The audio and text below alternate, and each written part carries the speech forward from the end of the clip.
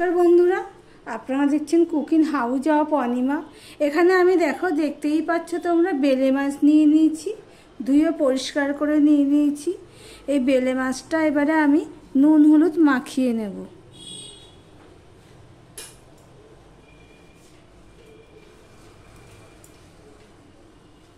নুন হলুদটা আমি দিয়ে দিলাম, দিয়ে এবার এটা ভালো করে মাখিয়ে নেব। এই বেলে মাছটা আমিও ভালোবাসি, আমার ছেলেও খুব ভালোবাসে, কিন্তু সবসময় তো আর পাওয়া যায় না। তা আজকে দেখছি যাচ্ছে বাড়ির পাশ দিয়ে, রাস্তা দিয়ে, আমরা পুরো মেন রোডের পাশেই বাস করি, তা রাস্তা দিয়ে যাচ্ছে, তাই আমি ছোট তবু আমি নিয়ে নিলাম। কিন্তু অনেকটা সময় নষ্ট হয়েছে মাছগুলো কুটে দিতে, অনেকক্ষণ লেগেছে। ওই ছেলেটা কুটে দিয়েছে মাছগুলো। আমার কাটতে তো আরও বেশি সময় নিত, ওরা সবসময় কাটা, আমারও মাছ কাটতে ভীষণ সময় নেয়। তারা দেখো বন্ধুরা, তোমাদের সাথে কথা বলতে বলতে মাছগুলো আমার নুন হলুদ দিয়ে মাখিয়ে নেওয়া হয়েছে। এই বেলে মাছটা আমি কি দিয়ে করব দেখতে থাকো বন্ধুরা, আর দেখার শুরুতেই একটা লাইক দিয়ে কন্টিনিউ করো। দেখো বন্ধুরা, একটা কড়াই বসিয়ে দিয়েছি তেল সমেত। এর আগে আমি ভাজা করেছি, সেইখানে আমার অল্প তেল রয়ে গেছে। ওই তেলের মধ্যে আমি বেলে মাছটা করবো। দেখো, আলু আর বেগুন দিয়ে। আলু আর বেগুন অল্প করেই নিয়েছি, বেগুনটা ঠিক এই সাইজের নিয়ে নিয়েছি, একটা ছোটো বেগুন, আর নিয়ে নিয়েছি একটা ছোট আলু। তা প্রথমে বেগুনটা আমি ভেজে নেব। নুন হলুদটা আমি কিছুই দেবো না, এমনিতেই ভেজে নেব।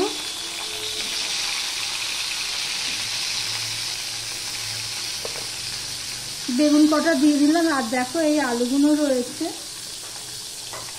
আগে আমি বেগুনটা ভেজে নেব, তারপরে আমি আলুটা ভাজবো। ভিডিওটি না টেনে পুরোটা দেখার জন্য অনুরোধ করছি বন্ধুরা। একদম ওয়াচ টাইম হচ্ছে না, ওয়াচ টাইম এদিকে কেটে যাচ্ছে। কবে যে কী হবে জানি না, আদৌ কি হবে ইচ্ছা করে না এখন আর ভিডিও করতে। বেগুনটা ভাজা হয়ে যাওয়ার পরে তোমাদের সামনে আসছি। বেগুনটা বেশি ভাজা করিনি, অল্প করেই ভাজা করেছি লাইটভাবে। এবার যা তেল আছে এই তেলেই আমি আলুটা ভেজে নেব। আলুটা কিন্তু আমি ঢাকা দিয়ে দিয়েই ভাজবো।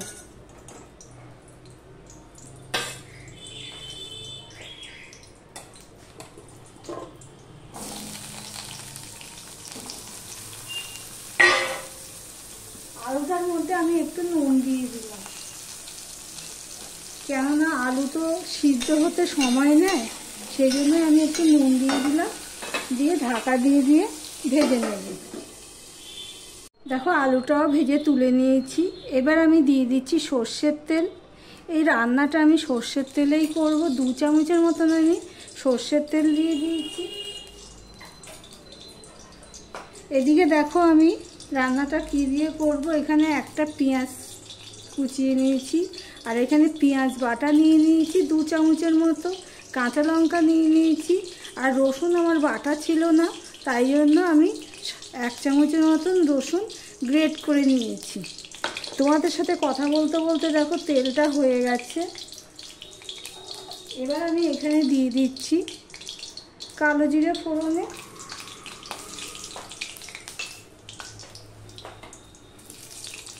যা আলুটা পড়ে গেল, কালো জিরাটা ফোড়ন ততক্ষণ আমি দেখাচ্ছি। দেখো, আলুটা এরকম ভেজে নিয়েছি, ভাজাটাই মোটামুটি সিদ্ধ হয়ে গেছে, আর বেগুনটা তো আগে দেখিয়ে দিয়েছি। দেখো, কালো জিরাটা হয়ে গেছে ফোড়নে। এবার আমি দিয়ে দিচ্ছি পেঁয়াজ। একটা পেঁয়াজ কেটে রেখেছি, সেটা আমি দিয়ে দিলাম। কালো জিরে পেঁয়াজের যে একটা গন্ধ হয়, খুব সুন্দর হয়। এবার দিয়ে দিচ্ছি আমি 2টো পাকা লঙ্কা, আর ওই কাঁচা লঙ্কাটা আমি পরে দেবো। এবার পেঁয়াজটা আমি লাল লাল করেই ভেজে নেব। দেখো বন্ধুরা, তোমাদের আমি একটা কথা বলি, যে এই যে পেঁয়াজ বাটা, রসুন বাটা, এগুলোকে কিন্তু ভালো করে ভাজতে হয়। আর এখানে তোমাদের তো দেখানো হয়নি, একটা বড় সাইজের টমেটো আমি কেটে নিয়েছি। ছোট মাছ দেখবা একটু টক টক হলে খেতে ভালো লাগে।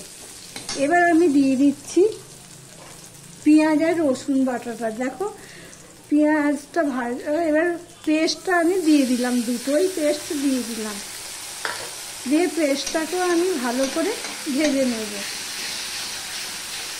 দেখো পেঁয়াজটা লাল লাল হয়ে ভাজা হয়ে গেছে। এবারে আমি দিয়ে দিচ্ছি নুন। নুনটা কিন্তু এতক্ষণে আমি দিইনি। নুন দিয়ে দিলাম হলুদ, দিয়ে দিলাম অল্প একটুখানি, অল্প মানে 1 চামচের একটু কম জিরের গুঁড়ো, 1 চামচের বেশি আমি ধনের গুঁড়ো দিলাম, ঝাল লঙ্কার গুঁড়ো দিলাম আমি 1/2 চামচ। এবার আমি দিয়ে দিচ্ছি এই টমেটোটুকু। বন্ধুরা তোমাদেরকে বলছি, তোমরা কিন্তু দেখেছো আমি মাছটা কিন্তু ভাজিনি, আমি কাঁচাই রান্না করব। দেখতে থাকো বন্ধুরা আমি কিভাবে কাঁচা মাছ রান্না করছি।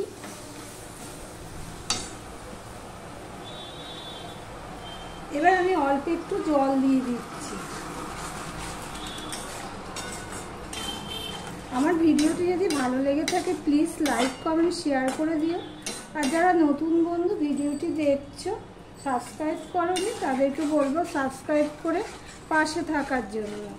দেখো বন্ধুরা তোমাদের সাথে কথা বলতে বলতে আমি জলটা দিয়ে দিলাম। এবার মশলাটাও কষিয়ে নেব আর টমেটোটাও ভালো করে যাতে পেস্ট হয়ে যায়।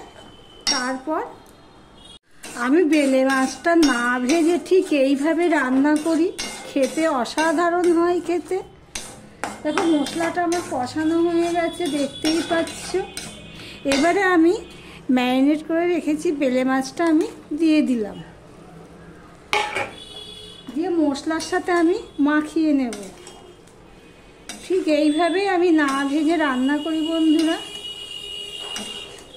পুরোটা মাখিয়ে নিলাম। আমি এখানে একটুখানি কাঁচা সর্ষের তেল দিয়ে দিচ্ছি 1 চামচের মতো। 1 চামচের মতো আমি কাঁচা সর্ষের তেল দিয়েও আমি এইভাবে মাখিয়ে নিলাম।